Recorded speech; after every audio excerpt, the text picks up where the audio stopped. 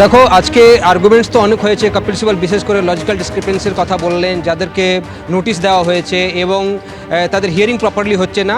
বক্তব্যগুলো ছিল ইলেকশন কমিশনে যেখানে যুক্তি দিয়েছে কি এরমও তাদের কাছে কেস এসেছে যেখানে 234 জন একই ফ্যামিলির সঙ্গে লিঙ্ক রয়েছেন, একই ব্যক্তিকে তাদের লিঙ্ক করিয়েছেন, এরম কেস রয়েছে।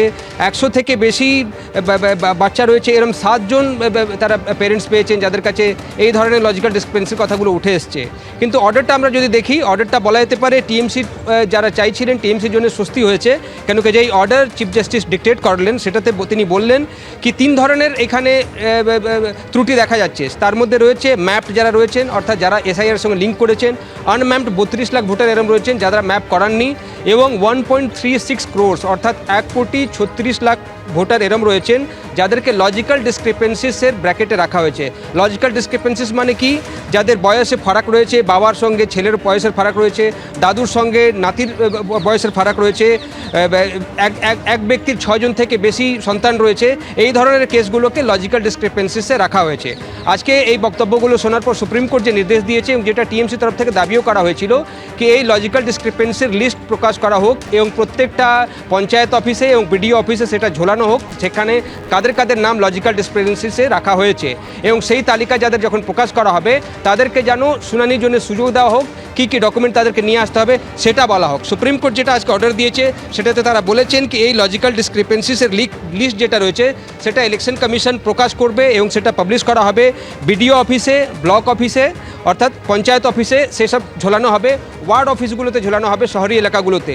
এবং যেদিন প্রকাশ করবে ইলেকশন কমিশন এই তালিকা লজিক্যাল ডিসক্রিপেন্সির যে নামগুলো রয়েছে তাদেরকে প্রকাশ যেদিন করা হবে তালিকা, সেখান থেকে 10 দিন আরও সময় দেওয়া হবে।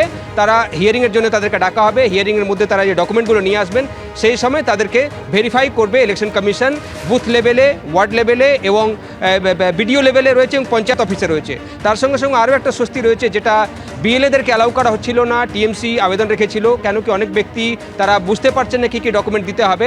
ইলেকশন কমিশন আজকে যুক্তি দিয়েছে কি কোনো ব্যক্তি তারা একটা অথরাইজড পারসন তারা রাখতে পারেন, সেক্ষেত্রে সুপ্রিম কোর্ট জিজ্ঞেস করে সেক্ষেত্রে কি তারা বিএলএ হতে পারে।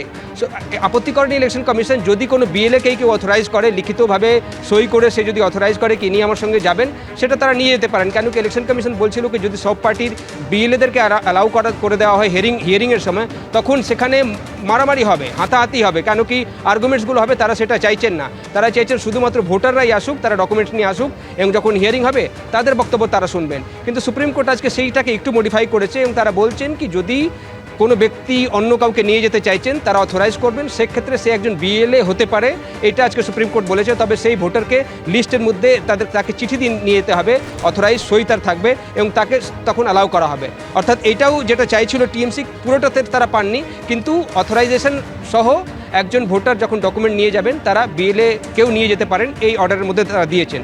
তার সঙ্গে সঙ্গে আরও একটা যুক্তি ছিল যেটা কল্যাণ বন্দ্যোপাধ্যায় বিশেষ করে রাখলেন কোর্টের কাছে, কি অ্যাডমিট কার্ডকে অ্যাকসেপ্ট করা হচ্ছে না। পশ্চিমবঙ্গে ক্লাস 10-12-এর অ্যাডমিট কার্ডগুলো যেটা থাকে সেখানে ডেট অফ বার্থ রয়েছে, সেটা ইলেকশন কমিশন অ্যাকসেপ্ট করছে না, যখন তারা ডেট অফ বার্থ হিসাবে সেটাকে দিচ্ছেন।